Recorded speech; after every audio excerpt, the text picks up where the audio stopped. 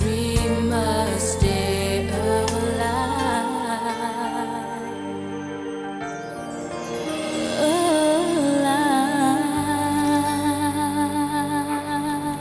Thank you all so much for coming. Looking at you now, I wonder whether it was worth the effort. However, you do have something we want. Your loyal friend Lex, who begged me to help you, will tell you what we agreed. The answer's no, Ebony. No?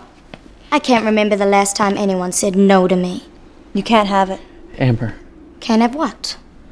Anything that belongs to us. We don't want anything. We just want the antidote. Payback time. So welcome to episode 47 of Conversational Eagle Mountain, a podcast about the tribe. I'm your host Lance, and joining me on the podcast panel today is Liz. Hello. Savine. Hi. And Carlin. What up? With episode notes done by Matt and myself. So episode 47, the screenplay was done by Nick Doughty. It was directed by Lawrence Wilson, and the episode synopsis will be read out by Sabine. The mall has been set ablaze by Top Hat and Tribe Circus, and the mall rats are hopelessly trapped inside. That is, until Lex secures a deal with Ebony and the Locos. But Ebony wants the antidote, and she'll stop at nothing to get it. Is her deal with Lex genuine, or is it another trap? Okay, there's lots to go through in this episode, so let's jump right in. So with the mall rats caught in their own trap as their home burns, it's not looking good for the tribe. In what might be their last moments, Jack and Dal share a silent moment of understanding, while Tai-San tries to make peace with Zandra after attacking Jack earlier by blaming science and technology for their current predicament. So yeah, panel, let's focus on that. What did you think of how the various characters approached their impending doom? I really liked the little moment between Jack and Dal. You know, you could just see them together, both, well, kind of giving up, but also glad to just not be in that situation alone. Yes. It was so nice. It didn't even need any words. They just, like, yeah, shook hands and was like, I appreciate you. It's like, oh. They did seem the most put together out of everyone in that cage, though. Yeah, it's just another terrific tribe moment in the series that just shows or solidifies that they're truly a family. You know, I think they spend more moments and episodes arguing and bickering at each other and hating each other, but at the end of the day, they are a family. And you know, when you see something bad is going to happen to your family, or maybe something bad is going to happen to you, you know, you kind of take the time and you kind of realize what's important to your life as of that moment. And for them, it's each other, you know, the tribe. I think it really sells the fact that this is it for them. Like, you know, you need to feel like these guys, this is it. This is the end. And so having everybody treat it like it's the end really sells it. Like, oh my gosh, they're not getting out of here. They can't rescue themselves, you know? So Lex has to save the day. He's got to come pull through for them. And it makes his deal with Ebony all the more important. It's got to happen. So I like that. I think it does a good job of upping the importance of what happens next. And I like Tai-San. She's having trouble. She's having a lot of trouble with what's happened. Her calm has been seriously damaged by all this. So I like how she goes from one moment just venting her frustration, you know, at technology. Really, you have a problem with technology, Tai-San? Really? She doesn't have a problem with technology. She's just upset right now at the situation she finds herself in. And then, you know, she gathers herself. And of course, her instinct is to make peace. You know, and she's been trying to make peace with Zandra. She's been trying to do it pretty much ever since she realized Zandra was upset about it, you know? And it's the last thing she wants to do. She wants them to be okay. It really bothers her that Zandra took it so badly, you know? And man, Zandra's holding that grudge. She's like, no. That moment did make me wonder though, is she truthfully, you know, sorry for what she did, or does she just wanna end her life with a clean slate and good karma. The latter, definitely. Yeah, definitely. I don't know. I do think I don't think she's sorry she slept with Lex. I think she's very sorry how much Zandra was hurt by it. I really don't think she put any thought into how much it would affect Zandra if she slept with Lex. Because her mind frame was that this is not a big deal, and she projected that onto other people. And then she tried to dismiss the fact that Zandra was upset about it, and that Zandra was so upset about it. And she just thought it would go away. She thought Zandra's anger at it would go away. And then she realized it hadn't. And so she, last time we saw her trying to actually apologize and make peace with her. Like, look, okay, I get it now. I shouldn't have done that because I just didn't realize it was going to upset you so much. And I'm sorry that I did that. I wasn't trying to come between you. And so I don't think she's sorry for having slept with Lex, but I do think she's genuinely sorry for the effect it had on Zandra, because I don't think she saw that coming. And she expected Zandra to get over it. And she's been forced to realize that, nah, sweetheart, your actions have consequences and people don't see the world the same way as you. And you did damage by acting on your impulses, And I do think she's sorry for that. If for no other reason, then it's bad for her karma. Yeah, Tai-san swings a lot in this episode because let's bring it up now because later on she has that confrontation with Zandra where she says, "You're a stupid, mindless little trollop. Lex uses you like he uses anyone who's dumb enough to let him have his way." Yeah. What did you make of that panel?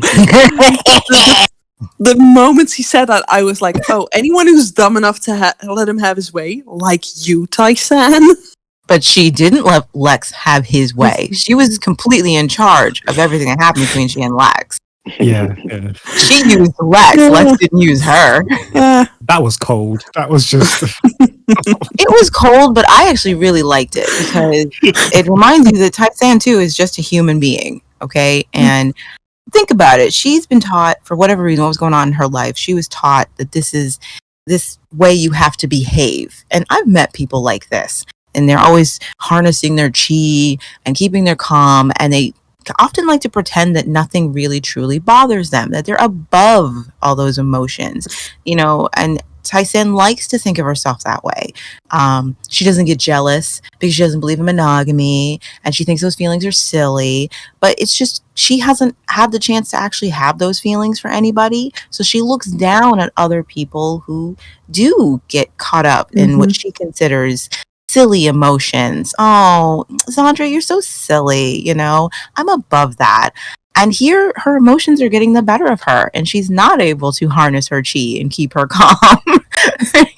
This is frustrating. All this stuff that happened. Tribe Circus coming in and fighting him. The fact that Zandra tried to kill her. Lex just showed up, and guess what? Her cure hasn't saved him. And oh my gosh, this is a hard day for Tai-san to keep it together, and she just loses it. You think you're perfect? Nobody's perfect. I'm trying here, and you know what? I'm having a crisis of faith, and you're just I hate you. You just see her winding up. She is hanging on by a thread. I tried to make peace with you. I'm like, yeah, you okay? You okay there, Tai-san? You feel better?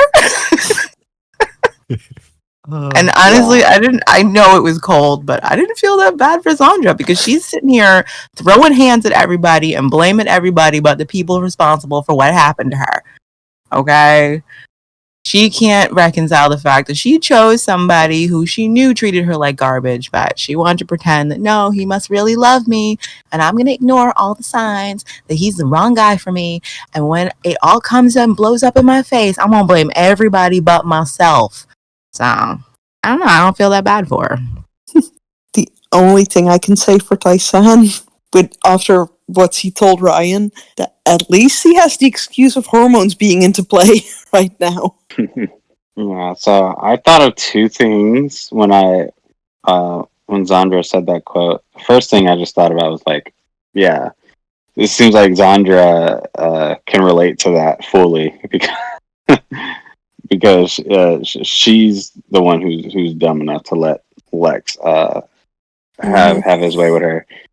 And then the second thing, right when she said it, I kind of feared for her life a little bit because I'm like, oh my god, Taizan's gonna roundhouse kick her again, which would have been great to see. But honestly, I think they should just fight. You know, there's so much pent up aggression towards each other. If the tribe would just let them like set up some type of a ring of doom and just let them just fight it out, I honestly think they would have came out of it as like best friends. Well, Taisan's still charging her batteries, so. Would have been fun if they got recharged by mid season 4, early season 5. Now that would have been fun in an arena. Hi, Ebony. Lex, how did you get out? Oh, I served my sentence. Look how old I am now. Stay there. As you can see, I've got the virus. That means you and your boys could be feeling a lot older quite soon. Thing is, I know where the cure is. The antidote. You're lying. Am I? Well, I suppose you can take that risk. Where is it? Where do you think? Yeah, at the hotel, we see our first confirmation that Lex has the virus. At the sight of his greying hair, his local guard flees in terror, allowing him to escape and confront Ebony once more. Knowing she might have been exposed to the virus, she has no choice but to go to Morat's aid in order to get her hands on the antidote. Panel, first question, did you ever really believe that Lex had the virus before this point? Or was this the point where you think, okay, yeah, he's got it now? I guess I did. I believed it because the narrative said he must be getting sick. He wasn't feeling well, even though I couldn't see. He kept looking at his hands, but I couldn't see what he was seeing. You know, he kept looking at his face, but I couldn't see evidence that he was getting sick. But the way he was behaving, I was like, okay, fine. The narrative is telling me that Lex doesn't feel well, so he must be sick. But I guess it didn't hit home until I saw it, until this episode where you actually, oh, okay, yeah, he's sick. Ain't hiding it anymore. It's right there. And so it does feel kind of like a gut punch because I accepted he was sick, but yeah, maybe it hadn't sunk in until this episode and I actually see it. Like, oh wow, he really is going the way of Glenn. I think I already believed he was sick because a few episodes ago we saw him talking to a guy who was, well, obviously sick and completely grey, and Lex didn't back away or anything. So at the very least, Lex believed him to have the virus. Otherwise, he would have stayed away from that person. But yeah, it did really feel more real the moment we saw Lex's grey hair. Because you can, have some sort of denial, because there's no physical evidence that he was ill. Yeah, he was coughing. He seemed a little feverish. He looked under the weather. But compared to what the virus victims all look like, you could keep telling yourself, Lex could keep telling himself, maybe I'm not seriously ill. Maybe I just have a bad cold or something.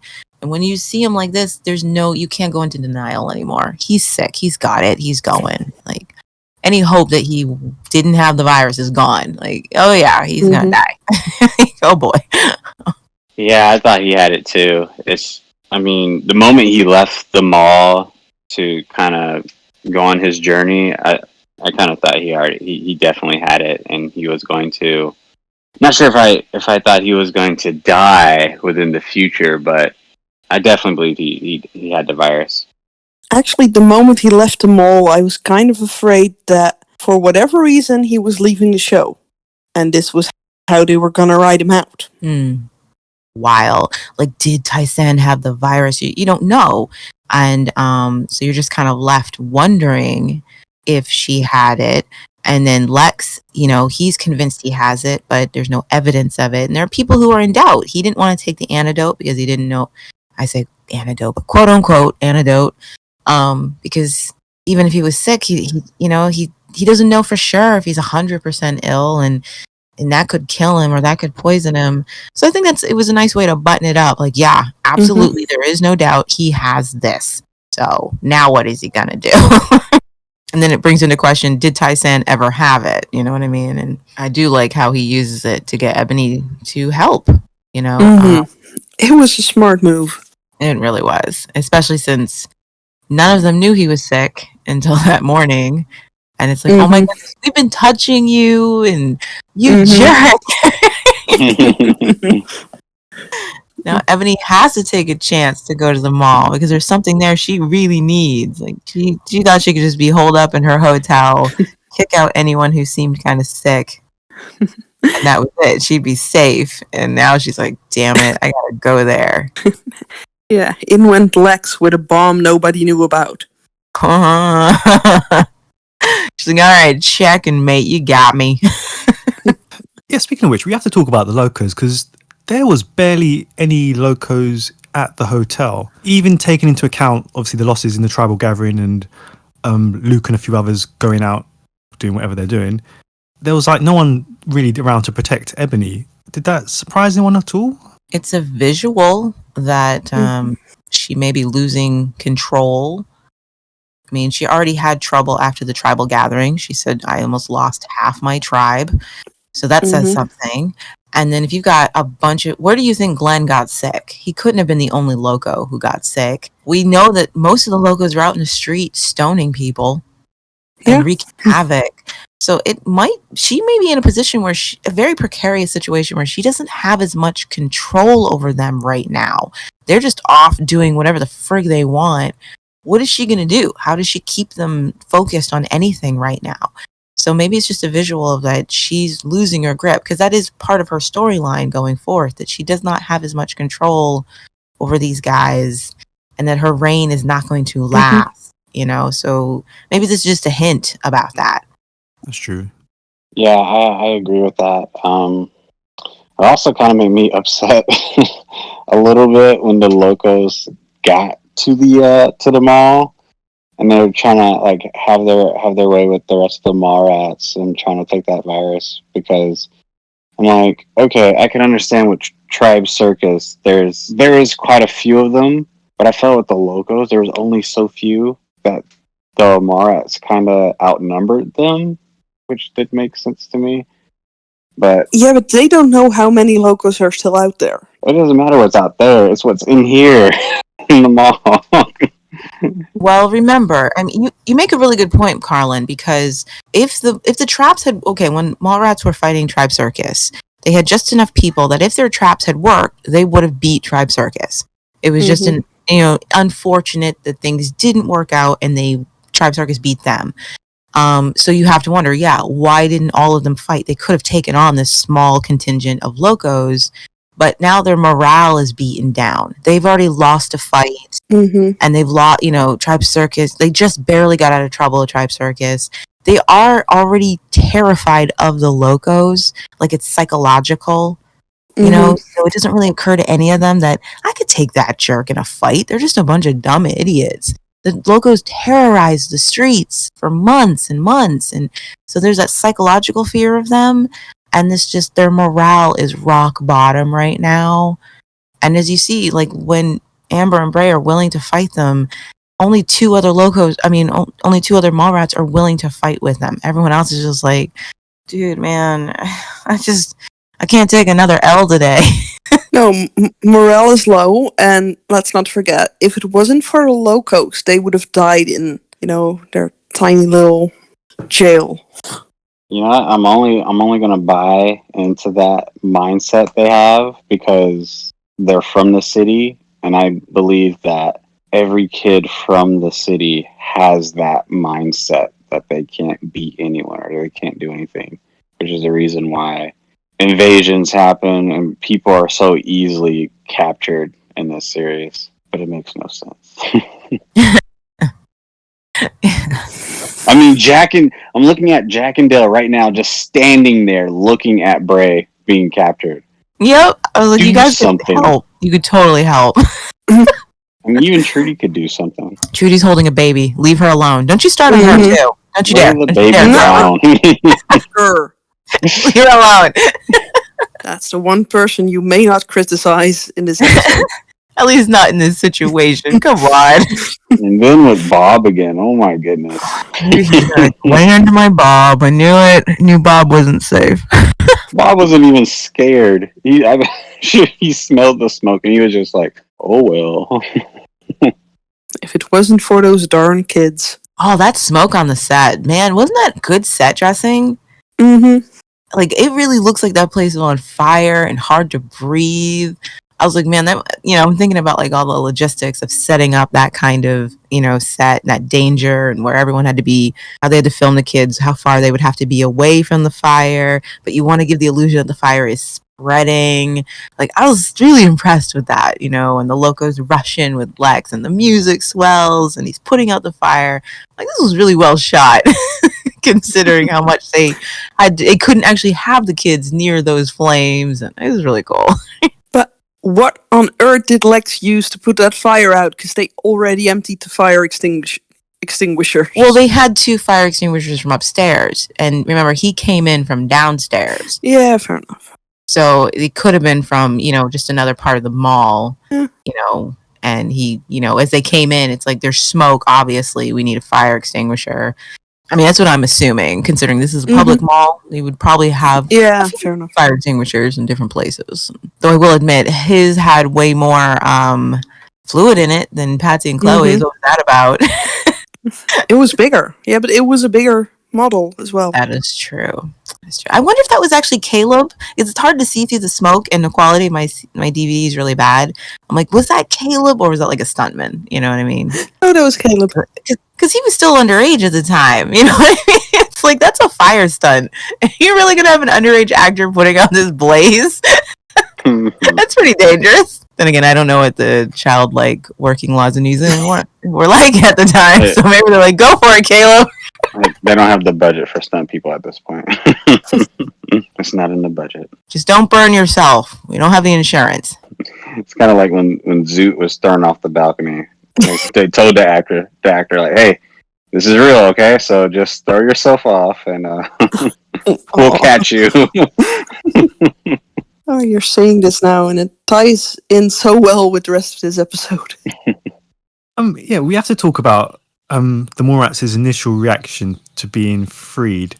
Because they were really less than thrilled that Lex had made a deal with Ebony regarding the antidote, even going so far as to brand it the action of a man with nothing to lose. Yeah, Pano, did you think that was quite unfair of the group to label Alex? Yeah, were they quite ungrateful, as Ebony says? Yes. It's unfair from the outside looking in, because we have reason to believe that Lex really means his redemption arc and that he really was only thinking of saving them. But remember who he's dealing with. Remember these people. Okay, remember the things he's done to these people.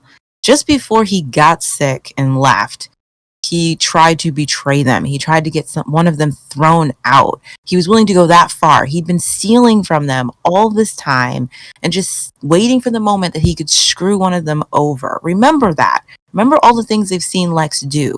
Now, just because we understand that he's sorry and that he's going through a really great, dynamic change in who he is as a person, does not mean the other characters know or understand that.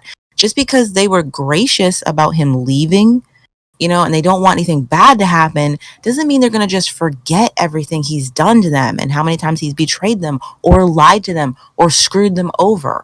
So when Lex comes back, with Ebony, and they are wondering why, and then they find out that he told her about the antidote, I definitely think it's fair for them to feel like, what the heck, man? Again, on the outside, I'm like, you guys, how else do you think he was going to get her here to help you?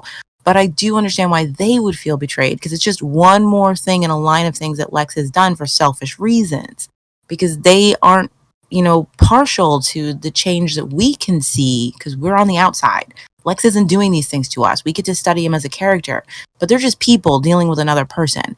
And if I were in their shoes and someone did those things to me, I would not just immediately give them the benefit of the doubt.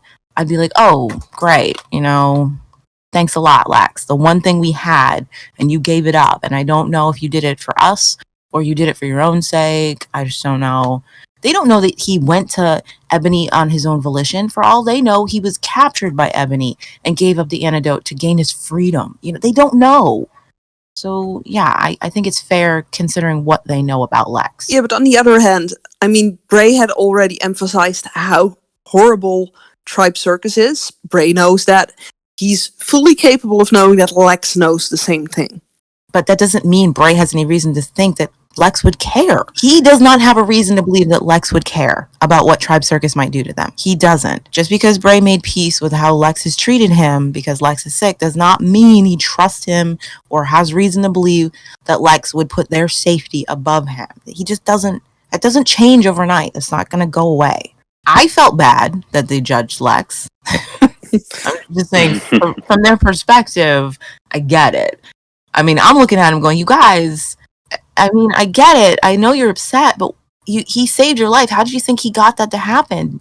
What do you think? He promised her cookies? How do you think you got Ebony here to do this? Yeah, I mean, it's not his physique that's drawn her and convinced her. He obviously, and they were right. He had to have promised her something. Why would the locals come? But I understand them being angry, even though I'm like, come on, you guys. What else did you think he was going to be able to do? And what else would you have done with having the antidote if you were dying of suffocation? True. Like what? But it's a very human reaction, you know? So I'm just saying, like, I get it. I get why they feel the way they do. And as an outsider, I feel bad for Lex because I know he was sincere and genuine and just really wanted to save his friends.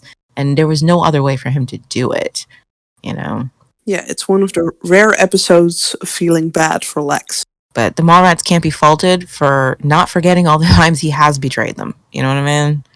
That didn't go away. He's only been gone for a couple of days. So it's like, it didn't just go away. Did any of you feel annoyed by how Bray instantly snapped at Casey? I'm the one who told you that the way he treats Casey is wrong anyway. So Yeah. It's just, that's just in character. Like, why are you getting into arguments with a 10-year-old, Bray? Stop it. Yeah. And after we've just seen this 10-year-old save Zandra. Well, Bray didn't see it. You know, Yeah, Bray, Bray- like Casey has to point it out to him. Like, you know, because Bray Yeah. even asked, where were you when we were fighting? And he's like, I saved Zandra from Top Hat. How do you think that fight ended? You know? And it makes you realize, oh yeah, they were in the cage. They don't know how that fight ended. You know, they don't know why Top Hat stopped attacking her and dragged them all out, you know? But of course, Casey, you know, Bray's still going to be annoyed at Casey because he hasn't forgotten that Casey, you know, Casey admitted, it was me. I'm the one who tried to get Bray kicked out, you know. I don't know why there's this animosity. I don't know why it was over there, but it's just in character. Yeah. It's stupid. I don't know why we keep doing this. I don't know the point of it. It makes more sense here, Bray snapping at Casey, than it ever did before. That's true. At least now he has a reason to not like this kid. Before he didn't. Well, it's like, whatever. It's just a useless argument. I thought the Mallrats were just being selfish. I honestly thought, well, second time looking at it, I'm like, oh, Lex is such a genius. Makes a plan with Ebony, you know, kind of like, you know, gets her sick, so she has to go to the mall. And then her and the locals do get to the mall. They save the Mallrats. And then I thought Bray was going to be like, oh, nice job, Lex. Now we outnumber Ebony. And then they would have just beat up the locals, took their car, and maybe spray painted saying Mallrats instead of locals. Yeah, but come on. These are the Mallrats. They couldn't even take down Ebony on her own. I mean, they couldn't even keep her locked up long enough. Right, yeah, that's very true. But I just thought it was extremely selfish. Harlan, your fan fictions are out of a fever dream. I love them. These fan fictions can be reality if they just use their mind. But they're extremely selfish. If I was Lex, I would have definitely, you know, chirped back at them and probably would have put out the fire and then just left them there because of how selfish and ungrateful they were. If I were Lex, I would feel terrible. Lex, again, I've said that I think Lex really wants to be a hero, but he doesn't know how to be. And here is a true hero moment for Lex. He charges into this. The only incentive is, I want to save my friends. That is it. He's not trying to save himself because at this point, Lex knows he's dying. You know what I mean? He could just go lay down somewhere and just give up. But he's like, with my last breath, I want to save my friends. If there's anything I can do. And he really is a hero in this moment. This is heroism for Lex. And I'm very proud of him. And you know, he's really trying to do something right. Whether or not it's because he's trying to make his karma well, I don't care. That's not the point. And I do feel bad because if I were Lex and I did this thing, I was trying my best to save my friends, and they still saw it as an act of betrayal because of what I had to give up to save them.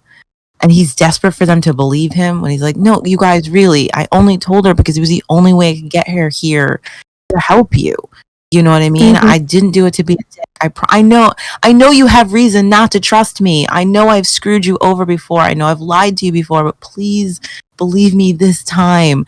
I really wasn't trying to be a dick. I was trying to help, you know? And so I do feel sorry for him, but it's still very realistic because if you spend your life doing horrible things to people, you don't make it right with one good action. It doesn't go away. You know, people don't owe you forgiveness and be like, okay, you did this really great thing. Fine. All of your past deeds don't matter anymore. I'm totally over them and all the ways you used to hurt me. It doesn't work that way. You can be sorry and you can be genuinely sorry and start trying to make things right. But that doesn't mean other people have to forgive you right away or forget the things you've done to them.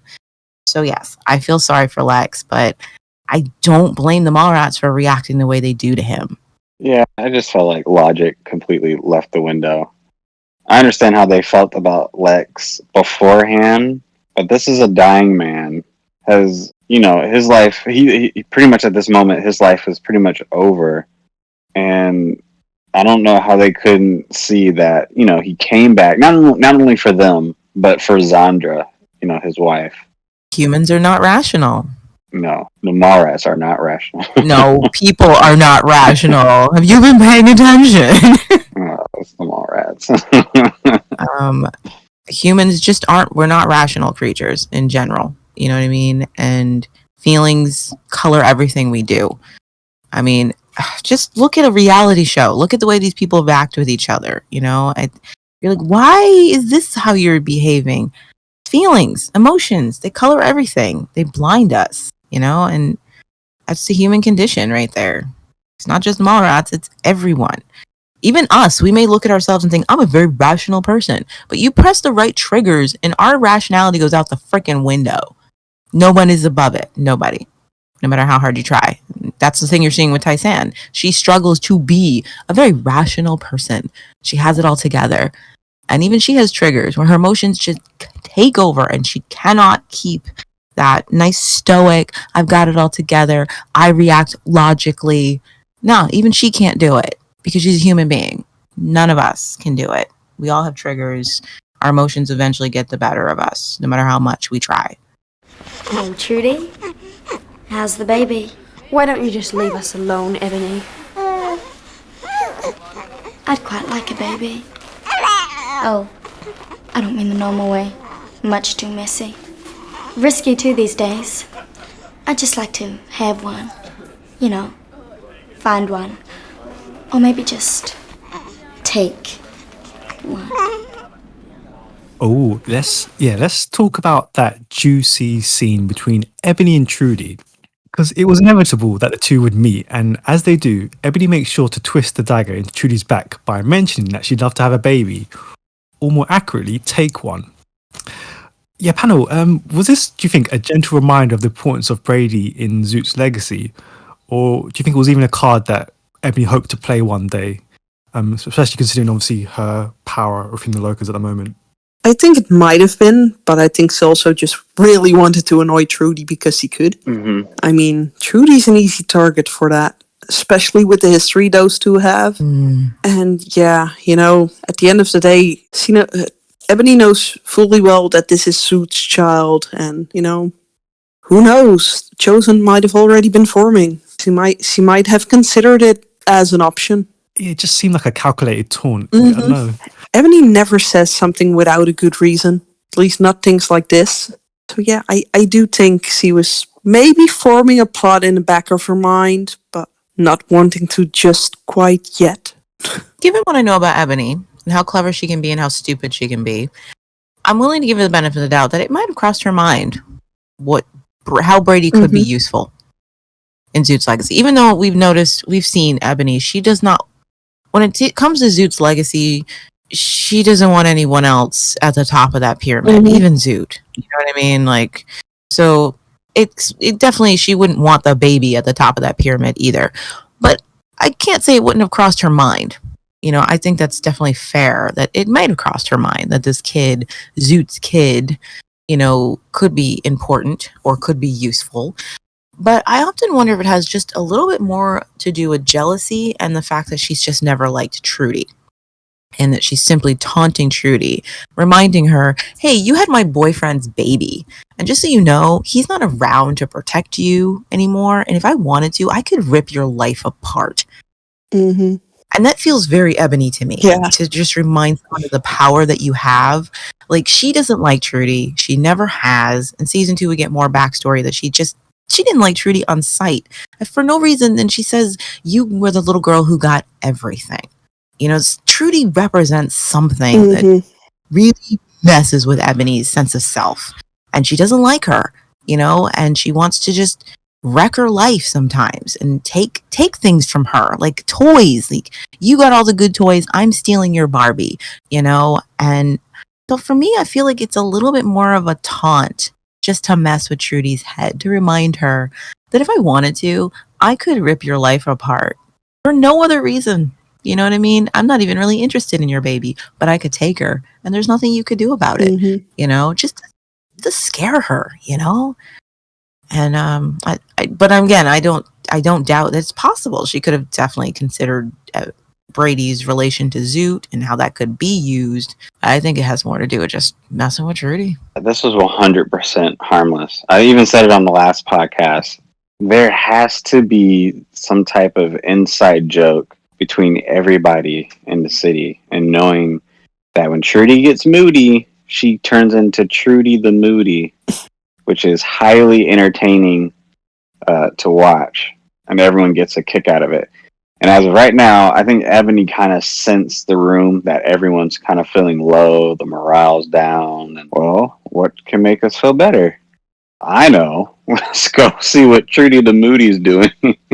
And she just pokes fun at it. And Ebony is the best in the entire series of making wisecracks and jokes. Something else you have to consider. Now, we learn through 5 seasons how insecure Ebony is about men. Her dad failed her big time. Okay, she's this poor woman. She got some major daddy issues. And she definitely, even if she doesn't want a man, she definitely has trouble with knowing that a man would prefer another woman over her. Even if she's not what wants him anymore, just the fact that he would prefer someone over her.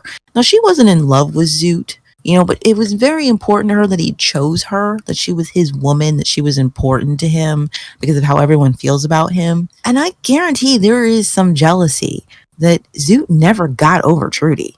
And I doubt he kept that a secret from Ebony. So yeah, I'm sure it's just some of it's spiteful, you know. He couldn't love me. There was nothing I could do to make him love me. But he freaking loved you, and I don't get it. I don't get what's so special about you, Trudy. Moody Ebony. If that's true, then Ebony's a hypocrite, because I know she's been looking at Bray the whole time she's been with Zoot. Yeah, but come on. See, made sure Trudy ended up with Martin back then, so she could have Bray. And then when Martin seemed to be the better option, the more popular choice, she dumped Bray and went straight to his brother.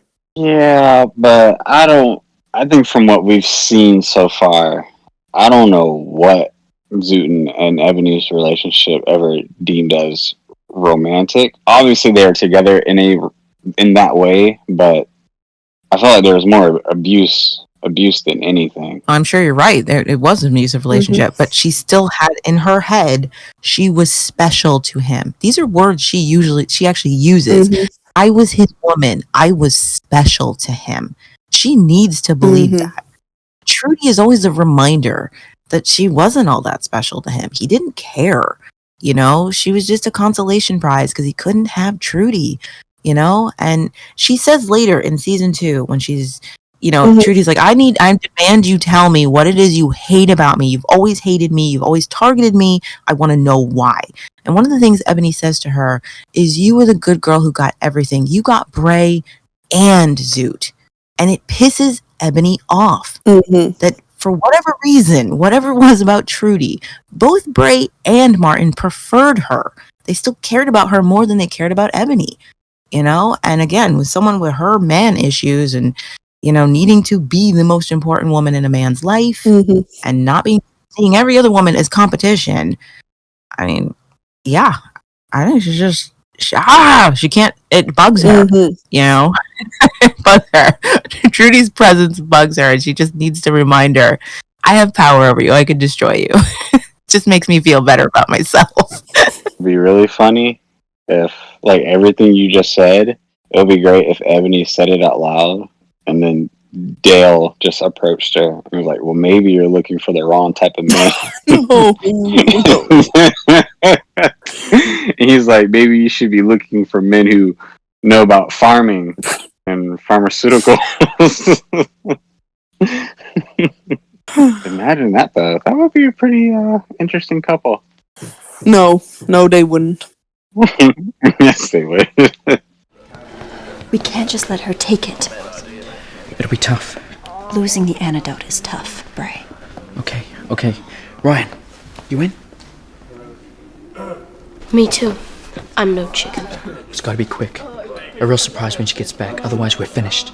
It's too risky, Bray. They'll hurt us all. The antidote isn't worth it, if it is the antidote. We've done enough fighting already. Celine's right. We should quit while we're behind. No way. Let's talk about that all or nothing plan by Amber and Bray. Because with Ebony in possession of the antidote, what did you think, panel? Do you think they really thought that they could fare better against the Locos than Tribe Circus? Yeah, it was a bit weird.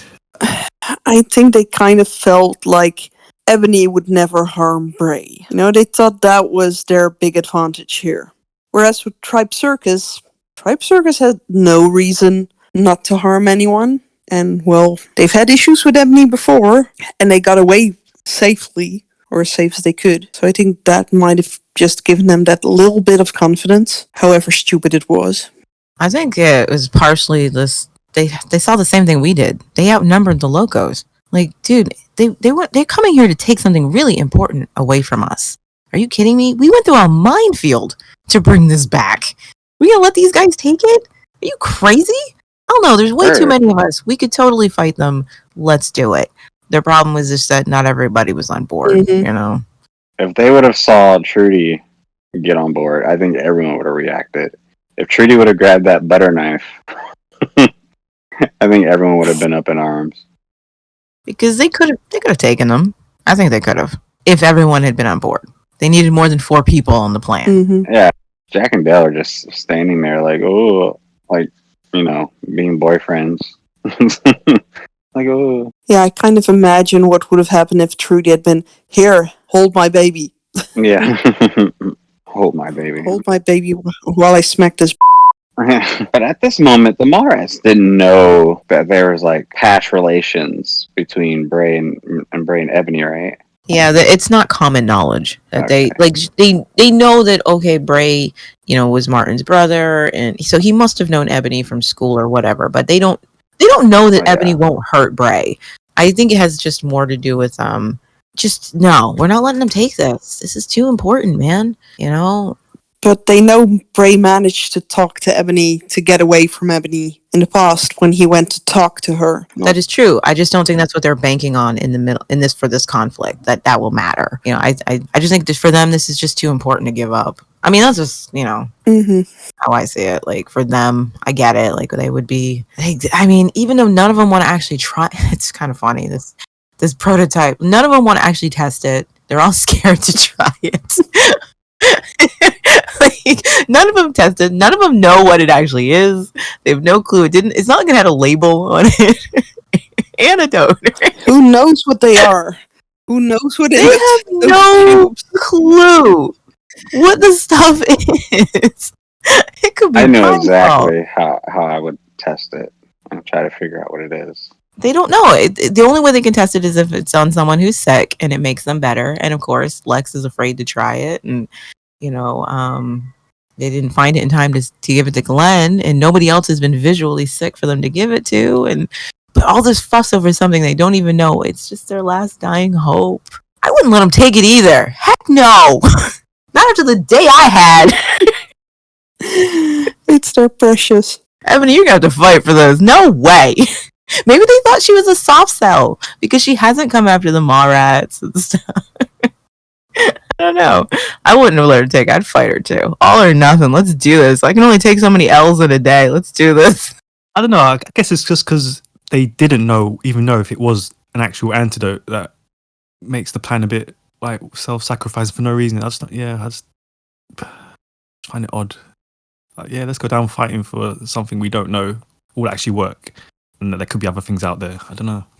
Well, looking at it from an RPG perspective, it would just be great to just overwhelm the locos and then take their armor, take their weapons, their car, and who knows? I mean, I know they're going to stay at the mall, but who knows? Maybe even take the hotel.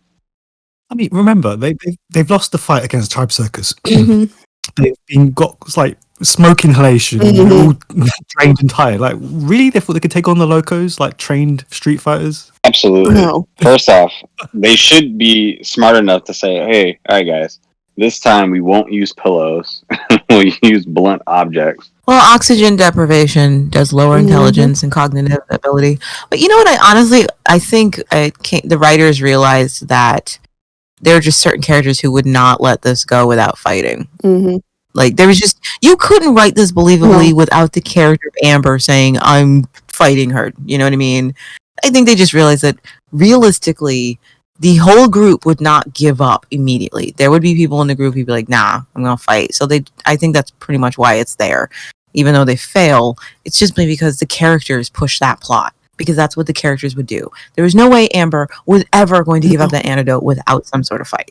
They knew that. So they were like, let's make it good. That's an example of a character pushing your plot. Because that's who the character is, and that's what they would do. And if no one had fought this, we would be complaining that doesn't seem realistic. You know? So it's just the characters push that plot point because they were the ones who would never have given up. They would have tried one last hurrah. Also thought it was some kind of a, devious plan by Amber that she secretly was like, distract them. And then she ran up to go get the antidote and maybe quickly switched it out. But I also think there's actually a purpose to the Mallrats trying one more fight and losing. And that purpose is that it makes the defeat even worse. We end this episode feeling like the biggest losers who have nothing. How many fights did we lose today? How many people have ransacked our mall and taken everything of worth we've ever had? We don't even know how much things the Tribe Circus took. We know they took all our food. Maybe they took our charged batteries while they were at it. We got nothing. We're going to have to kill Porky and the chickens. Porky. I feel like it's even more of a plummet to lose this fight too. Like, we thought it was bad. And like Trudy says, I think we should quit while we're behind, and no, we got to do this. And to fail again, it really adds to that the hopeless feeling that it's completely over. Not only did we lose twice, but we've also lost two of our members. And it's just more of a sucker punch. Like, really? We lost twice? Come on. Throw us a bone. It also kind of subverts your expectations, in storytelling. You don't expect them to lose again. You kind of think the music's really triumphant. You really think that Amber is going to best Ebony or something. Nope. And then for Ebony to just threaten Bray that way. Ooh. Nice battle of wills between the girls. Definitely, but, at this point, Ebony didn't know exactly what happened to Zoot. And to threaten to kill Bray that way with he might die, he might not, but it'll be a nasty fall. Yeah, or maybe it was just me. But when she said, I'll push him over the balcony, immediately I thought about Zoot, and I thought the rest of the Mallrats would have been like, no, that's way too soon to say that. Well, it's just like Sabine says, Ebony has no idea the impact of those words, but, Amber does. Amber knows yes, it totally could kill him. She already knows somebody who died that way, and yeah, I love watching Ebony's face while she's trying to suss out Amber's bluff. Like, okay, I have to, the stakes are really high. Ebony has to win here, like, she cannot walk away with her locos empty-handed. She has got to get that antidote. And you can see that desperation on her face.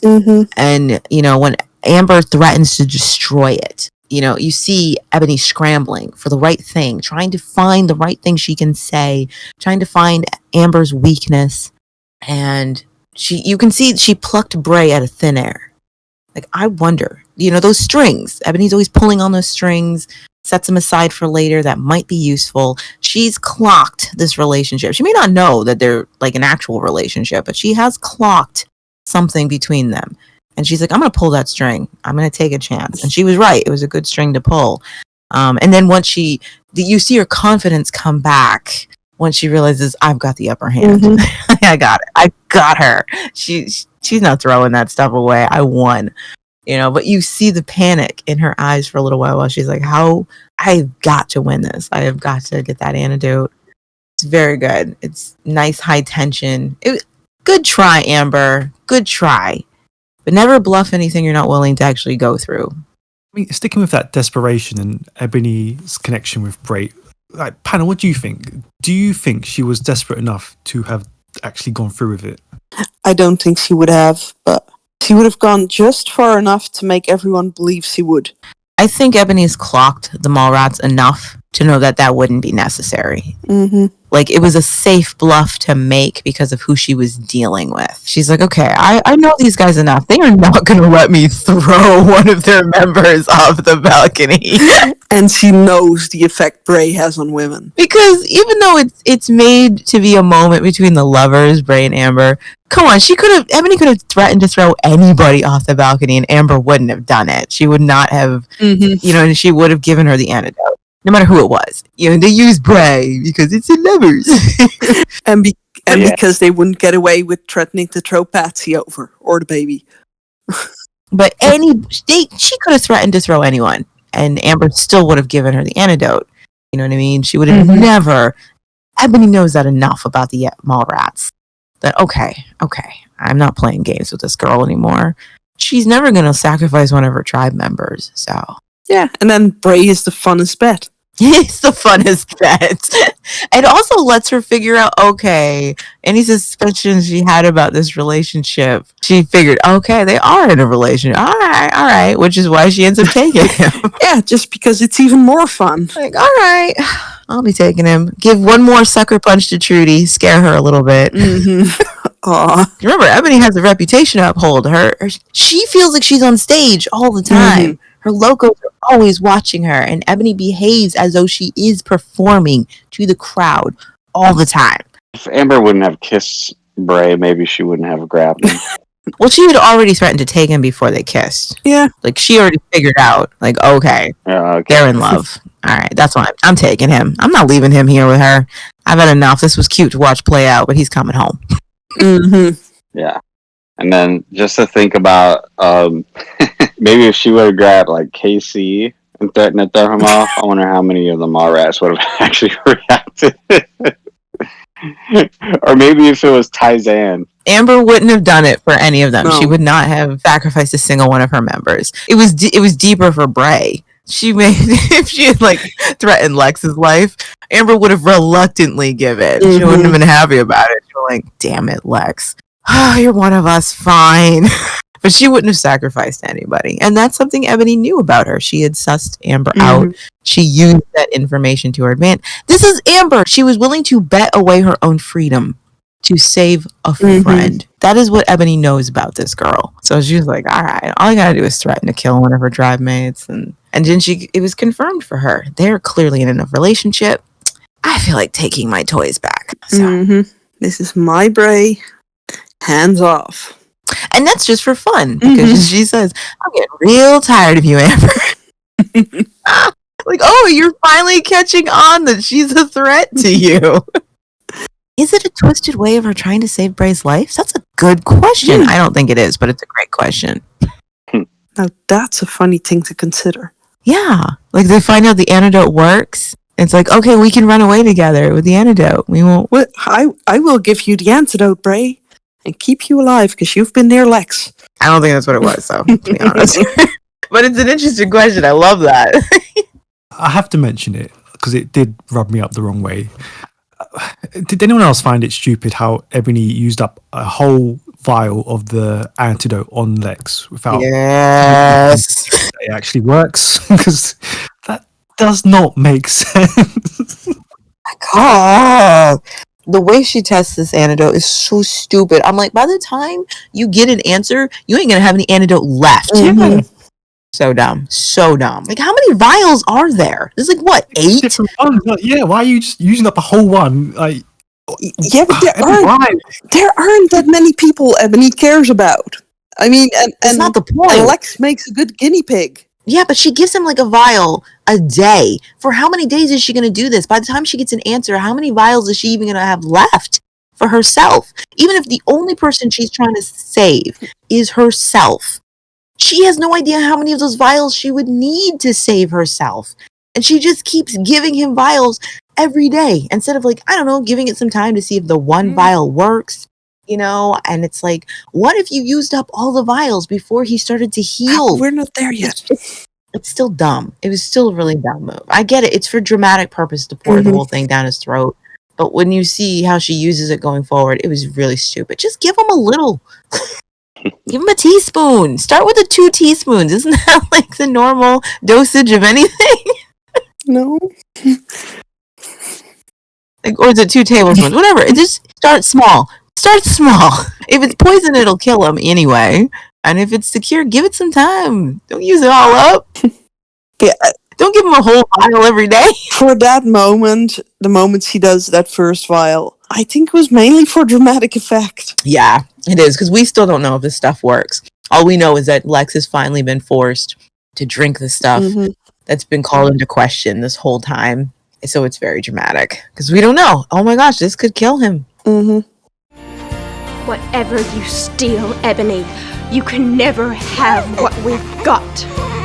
This place might be in ruins, but at least we're decent. You are just a cheap tramp with a load of bully boys running around after you! So that brings us to our final thoughts of the episode. As Ebony leaves the mall triumphantly, Trudy berates her on her way out, and she also keeps everyone's spirits up following the double raid of Tribe Circus and the Locos. Panel, yeah, what did you think of Trudy's speech to Ebony and being like the only one to help rally everyone's spirits after such a defeat? I loved her speech to Ebony. At least we're decent. I love the way she says that, you know? Yeah, we might not have anything, but I mean, at this point, she's secure in the fact that Ebony is not gonna take Brady with her. That helps. My favorite part of it, even though kudos to Trudy, it's an awesome speech. High five, girl. Love it. My favorite part of the speech is it actually affects Ebony. Look at Ebony's face. Yeah. It affects her, what Trudy says to her. You know what I mean? It really bothers her. You know, that Trudy, even though she's been threatening to take her kid and trying, you know, basically flexing her muscles around Trudy is not cowed by her, and she's letting her know that. You know what I mean? I'm not afraid of you. There's nothing special about you, Ebony. You know, and she doesn't like that. Oh, she didn't like that at all. All she can do is flounce away. That's her only reaction. Oh, she didn't like hearing that. That always, like, that struck me. It was Ebony's reaction to being called that. Because it's like Trudy reduces her to what she really is. You aren't special, honey. You're not some queen. You're just some bully boys. Yeah. That's all you are, girl. It's nothing special about you. Ouch. Ouch. Trudy read her. The library is open. And her trying to rally everybody else. It just makes sense because Trudy's, you know, her journey and how she realizes how important the tribe are, you know, just in general, and to she and her daughter's survival. She needs this family, and she needs this family to keep functioning. She can't have this family giving up, you know, and because where would that leave she and her daughter? She believes in them, and it's like, come on, you guys, I've bought into this. You won me over. Don't give up. We can't. Trudy's not in a position she can give up. She has someone else to live for. And I think especially in that final moment, I think she also feels like she has to do this. Bray is gone. She has to step up. Bray is gone. Amber is a mess. And that leaves her to take care of things. because everyone else is a mess. And Trudy ends up, she tends to take on that designated cheerleader role. Yeah. Because again, you take on the position that most helps your family. Not all of us can be hunter-gatherers. Not all of us can be the science bros. Some of us, the only thing we can contribute to our family is kindness, encouragement, care. And, if that's your role, you take it seriously. And Trudy does. It's just as important as any other role. It may not get the same value from people, but it's just as important. And yeah, someone needed to say it. Like, we can't just give up. But man, I agree. I just really like this episode for Trudy. What an L for these guys. It's a rough day for the Mallrats. I'm sorry, guys. Why don't you take a nap? Sleep on it. You might feel better. Oh, that was a rough day. It was a rough day. There's a lot going on. And I'm with you, Sabine. Where the frick did this harmonica come from? Oh, Why? I wanted to chuck that across a room. There are a couple WTF moments in this episode that I don't understand.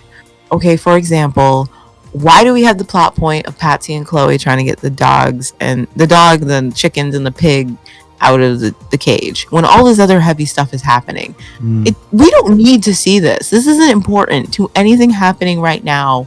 None of us are worried about Bob and Porky and the chickens. We don't need to see this. It serves zero purpose. Bob is fine. We don't need to see the girls trying to rescue the dog. There's somebody out there who's going to want to know where these animals are. We have to establish their presence. And then the harmonica. I'm like, it's just a couple things. I don't know why these are here. Sasha must have left it. I think they just needed to give Sandra a reason to yell at Tyson. It's a rough day for Tyson. That brings episode 47 to a close. Thank you very much to the panel, and we'll see you next time for episode 48. So until then, bye. Bye. Later. Bye.